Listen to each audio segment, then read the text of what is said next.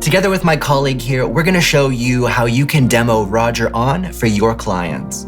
Let's start with table mode. Now, if you've already paired the Roger receivers with your client's hearing aids, then Roger On is automatically gonna be paired to them.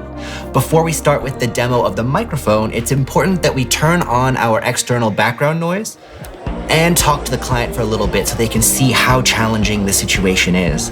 How are you hearing me right now? I can hear you, but I need to concentrate a lot to get every word. Perfect, that's what we expect.